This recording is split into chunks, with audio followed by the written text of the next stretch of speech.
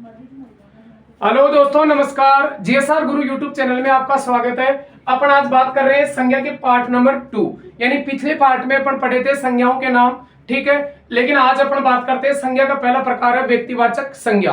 यानी व्यक्तिवाचक संज्ञा किसे कहते हैं? तो इसकी परिभाषा है कि वे शब्द जिनसे किसी व्यक्ति, वस्तु, स्थान आदि के नाम का बोध होता है। केवल किसका बोध होता है? नाम का। उसको कौन सी संज्ञा कहते हैं? अपन व्यक्तिवाचक संज्ञा कहते हैं। तो देखो, सबसे पहले अपन संज्ञा का पार्ट नंबर 2 पढ़ रहे हैं, संज्ञा के प्रकार। सबसे पहली संज्ञा पढ़ रहे हैं व्यक्तिवाचक संज्ञा, कि वे शब्द जिनसे किसी व्यक्ति, वस्तु, स्थान आदि के नाम का बोध होता है उसे व्यक्तिवाचक संज्ञा कहते हैं। जैसे मान लो आपका आ गया जयपुर, आ गया क्या आ गया? जयपुर। जैसे किसी महिला का नाम आ गया सीता, जैसे किसी महिला का नाम आ गया गीता, जैसे किसी पुरुष का नाम आ गया मोहन। क्या आ गया? मोहन। यानी कहने का मतलब है जहां भी नाम का बोध होगा वह संज्ञा कौन सी होगी? व्यक्तिवाचक संज्ञा होगी। इसके बाद आता है कि व्यक्तिवाचक संज्ञा शब्दों का प्रयोग हमेशा कौन से वचन में होता है? एक वचन में। यह आपको हमेशा याद रखना है कि व्यक्तिवाचक संज्ञा शब्दों का प्रयोग है वो हमेशा एक वचन में किया जाता है।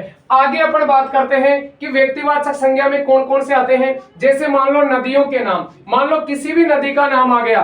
भैया क्वेश्चन आपको समझना है, यदि नदी शब्द में संज्ञा पूछे तो नदी में तो जातिवाचक संज्ञा है, लेकिन नदियों के नाम आ गया चंबल, बनास, माही, गंगा, यमुना, लूनी आदि। यानी कोई सी भी नदी का नाम आ गया तो संज्ञा व्यक्तिवाचक संज्ञा होती है। इसके बाद है पर्वतों के नाम। पर्वत में तो जातिवाचक है, लेकिन पर्वतों के नाम में संज्ञा व्यक्तिवाचक है। हिमालय पर्वत, अरावली पर्वत, विंध्याचल, सतपुड़ा आदि। इसके बाद है सप्ताह के दिनों के नाम। सप्ताह में तो जातिवाचक है, लेकिन सोमवार, मंगलवार, बुधवार, गुरुवार, कोई सा भी आपका सप्ताह के दिन का नाम आ गया तो व्यक्तिवाचक संज्ञा करनी है।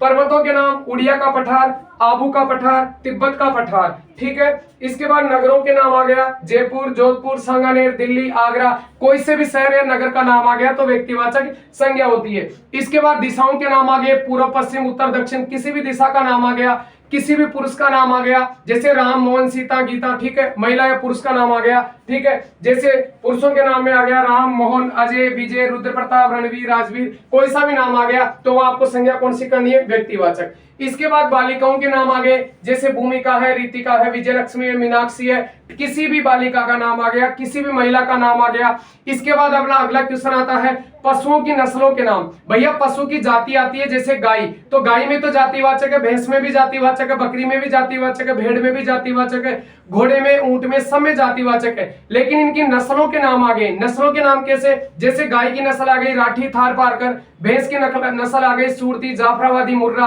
ठीक है, बीकानेरी, जैसलमेरी भेड़। तो जहां इनकी नस्लों के नाम आ गए तो वह संज्ञा व्यक्तिवाचक संज्ञा होती है। इसके बाद मान लो किसी भी घोड़े का नाम आ गया, जैसे महाराणा प्रताप का घोड़ा था चेतक, तो चेतक में संज्ञा पूछे तो आपको व्यक्तिवाचक बताना, लेकिन घोड़े में जातिवाचक होगी। गाय थी महादेवी वर्मा की, गाय का नाम था गोरा, तो गोरा गाय में भी आपकी व्यक्तिवाचक है, लेकिन गाय में संज्ञा कौन सी होगी? जातिवाचक। हल्दी घाटी के युद्ध में हाथी थे, जैसे हाथी में तो जातिवाचक है, लेकिन जैसे राम प्रसाद है, रामू है, गजराज है, गजमुक्त है, पीर प्रसाद है, जहां भी हाथियों के नाम आ गए वह संज्ञा कौन सी होगी? आपकी व्यक्तिवाचक संज्ञा होती है। तो आपको याद रखना है, जैसे पंखा है तो पंखा में तो जातिवाचक है, लेकिन पंखे की कंपनी का नाम आ गया ओरिएंट का पंखा, बजाज का पंखा, एलजी का पंखा। यानी ये याद रखना है, किसी भी नाम का बोध होता है, चाहे नस्ल का नाम आए, चाहे कंपनी का नाम आए, चाहे व्यक्ति का नाम आए, महिला का नाम आए, पुरुष का नाम आए, किसी नगर का नाम, पर्वत का नाम, दिशाओं के नाम, किसी का भी नाम का बोध होता है वह संज्ञा आपकी व्यक्तिवाचक संज्ञा होती है। और व्यक्तिवाचक संज्ञा शब्दों का प्रयोग हमेशा एक वचन में किया जाता है। आपको याद रखना है, नदी में जातिवाचक संज्ञा होगी, पर्वत में जातिवाचक होगी, लेकिन नाम आ गया तो व्यक्तिवाचक होगी। सप्ताह, पठार, नगर, दिशा, पुरुष, बालक, बालिका, लड़का, लड़की, महिला, पुरुष, इन सब शब्दों में जातिवाचक संज्ञा होगी, लेकिन इनका नाम का बोध होता है तो इसमें व्यक्तिवाचक संज्ञा होती है। तो नेक्स्ट वीडियो देखने के लिए जीएसआर गुरु यूट्यूब चैनल को आप सब्सक्राइब करें, शेयर करें। थैंक यू, धन्यवाद।